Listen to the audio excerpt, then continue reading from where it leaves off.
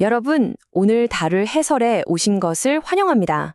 오늘은 정말 흥미로운 본문 창세기 42장에 숨겨진 엄청난 신학적이고 심리적인 드라마를 파헤쳐 보려고 하는데요. 하나님께서 우리 삶의 고난을 어떻게 특별한 초대장으로 사용하시는지, 그 기가 막힌 거룩한 추격의 과정을 지금 바로 만나보시죠.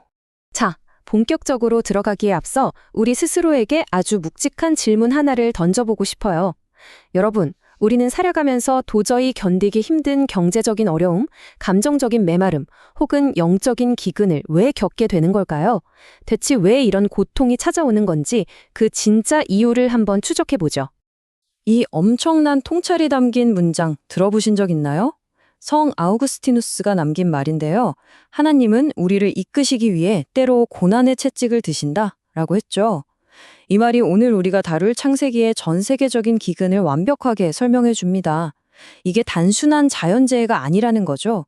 바로 잠들어 있는 우리 영혼을 번쩍 깨우기 위해 하나님이 의도적으로 사용하시는 사랑의 도구라는 뜻입니다.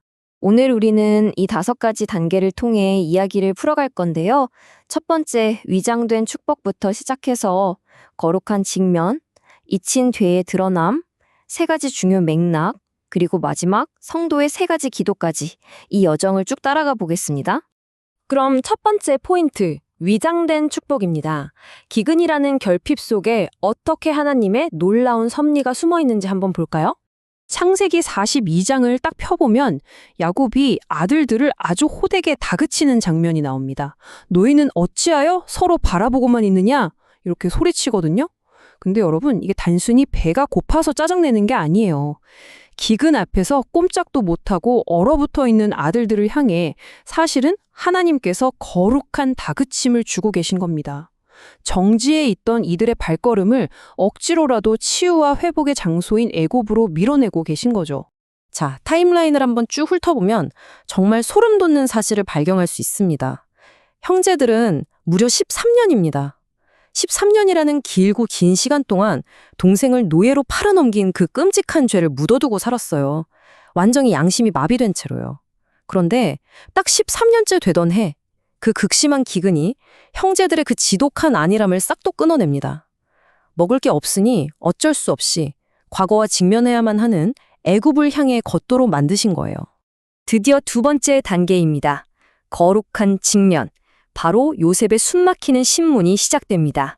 형제들이 드디어 애굽에 도착해서 자기가 배신했던 그 동생 앞에 서게 되는데 물론 누군지는 꿈에도 모르죠. 요셉은 다짜고짜 형들을 정탐꾼, 스파이로 몰아서 3일 동안 감옥에 가둬버립니다. 이거 유치하게 복수하는 걸까요? 절대 아닙니다. 심리학적으로나 영적으로 아주 고도의 거울 치료를 하고 있는 겁니다. 13년 전 자기가 구덩이에서 느꼈던 그 끔찍한 공포와 고립감을 형들에게 똑같이 느끼게 함으로써 굳어버린 양심을 쾅쾅 두드려 끼우고 있는 거죠. 은혜를 받으려면 반드시 내 죄와 마주해야 하니까요. 이 두 상황의 소름 돋는 평행 이론을 한번 보세요. 13년 전 형들은 제발 살려달라는 동생의 처절한 간청을 가차없이 무시하고 구덩이에 던졌단 말이죠. 처분해도 그만인 물건 취급을 한 겁니다. 그런데 지금은 어때요? 요셉이 형들을 스파이로 몰아세우고 두려움에 떨게 만들고 심지어 형제 중 한 명을 인질로 남겨두게 합니다. 완벽하게 똑같은 무기력하고 공포스러운 상황에 형들을 밀어넣어서 스스로 굳은 양심이 깨지도록 압박하는 겁니다. 정말 기가 막히죠? 이제 3번째, 그 심리적 압박이 마침내 터져나오는 순간입니다. 잊혔던 죄가 완전히 드러나게 되죠. 여기서 우리는 정말 중요한 개념 하나를 짚고 넘어가야 합니다. 바로 거룩한 추격이라는 건데요. 하나님이 우리를 사방에서 옥죄어오는 것 같을 때가 있잖아요. 그게 우리를 파멸시키려고 그러시는 게 아니라는 겁니다. 오히려 우리를 살리려고 진짜 필요한 회개의 자리로 이끌기 위해서 치밀하게 상황을 몰아가시는 자비로운 과정이에요. 형제들도 결국 이 끈질긴 추격 앞에서 더 이상 도망칠 곳이 없다는 걸 깨닫게 됩니다.